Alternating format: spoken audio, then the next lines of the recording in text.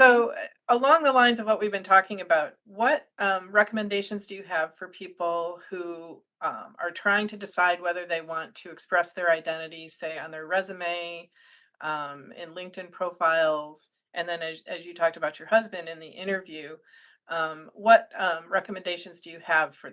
Do I put my pronouns on the resume? Should I use the LinkedIn pronoun option? Should I bring it up in an interview? Um, Well, when we look at the pronouns, even LinkedIn, where they initiated a pronoun, I think it's like 4 years ago. The way I look at the pronouns on LinkedIn, if you feel you want to use it, go right ahead and use it. Don't use it for anything else because you can actually use that space and say, marketing guru instead. That's disrespectful for what the pronouns are there for. If you use a pronoun, does that mean that you're part of the LGBT community? No, it means you respect the pronouns and you're going to practice the pronouns. But I do think, in general, when you do have them, some people might lean you towards that you are part of that community. So that's a nice little nudge.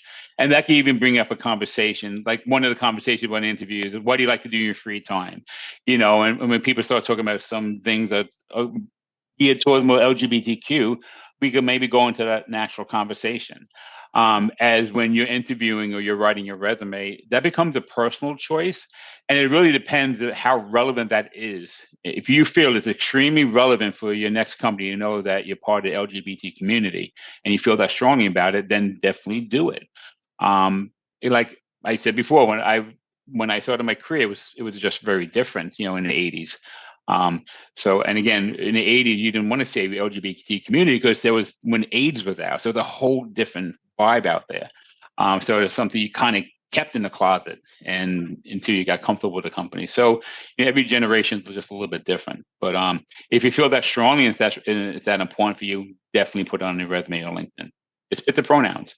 And it depends on the job. If you're going to be working in a company that's geared to GLBT, if you can work for an outreach house, you can work for gay men's, health crisis.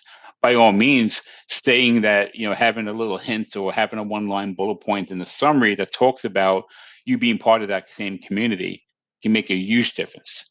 I had a client once who was in the Navy for 20 years, was retiring from the Navy, and he wanted to get into DEI, and he kind of did something like that. He was married and had the same partner the whole 20 years he was in the Navy. And then when he got out of the Navy, he wanted to do DEI initiatives at companies, that type of role. But he was totally refused to say that he was part of the GLBT community. And he was a white guy in the 50s living in Connecticut, trying to get DEI that just came out of the Navy. So a lot of people looked at him and just didn't see the synergy there. So for him, even though I guided him to let people know you're part of that community, he didn't, and it was very, very difficult for him to get that DEI job. That's an yeah, excellent point. Of it, it's not the same for every person, and it may not be the same for that one person every time. Right. It may be they have two different resumes. One, if it's a company that is very supportive or part of the LGBT community, versus one that is a mainstream company that supports their LGBTQ employees. So one, that they will support you. The other, you are trying to demonstrate to them your specific role in that community. Definitely, yeah, you hit it right on the ball. You want that alliance to be there. So sometimes it's again, you're right. Everyone has a different purpose, and you might need two different resumes. But yeah. Okay. This video is brought to you by the Career Experts Group, a joint venture of master career practitioners and personal branding strategists, founded in 2021.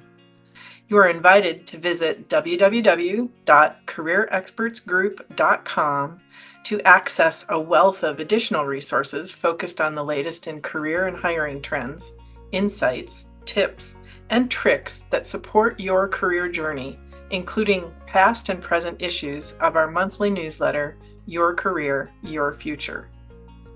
While you're on YouTube, don't forget to subscribe to our YouTube channel and make sure your notification setting is turned on so you don't miss any of our informative videos. Until next time, keep making the most of every opportunity. Stay tuned, stay empowered, and most of all, stay inspired.